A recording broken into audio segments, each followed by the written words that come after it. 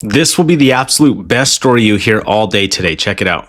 Bro, you're never gonna guess what my son did this morning and what God did this morning. Literally yesterday afternoon, my son got a plastic bag and filled it with a bunch of his favorite animal toys, his favorite predators. And he said, I want to give this to my friend, Johannet. And I was like, okay, those were, pricey. But in my mind, I said that. And I was like, okay, yeah, we can talk to his mom. Maybe we can give that. He's like, I want to mail it. And I was like, well, we're not going to mail it, but we can definitely give it to him.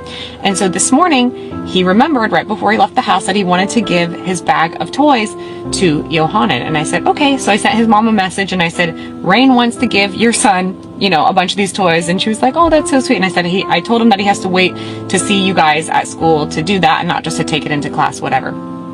So anyways, I see the mom when I'm pulling up and we talk briefly and she tells me, hang on, let me backtrack. I asked my son this morning, I said, what made you want to give all of those toys to Johannet? It's pretty generous. It's like a lot of the predators of the animal kingdom toys that he has. And he said, God, just matter of fact, God. And I said, okay. And I'm like, I'm not going to stop the generosity of the Lord moving through my 4-year-old child. That's not going to happen. And so then I pull up to the mom and I say hi to her and she says, Jenny, you know what's so crazy? Is that we don't have a lot of toys and that 3 days ago, I prayed to the Lord for some toys for my kids.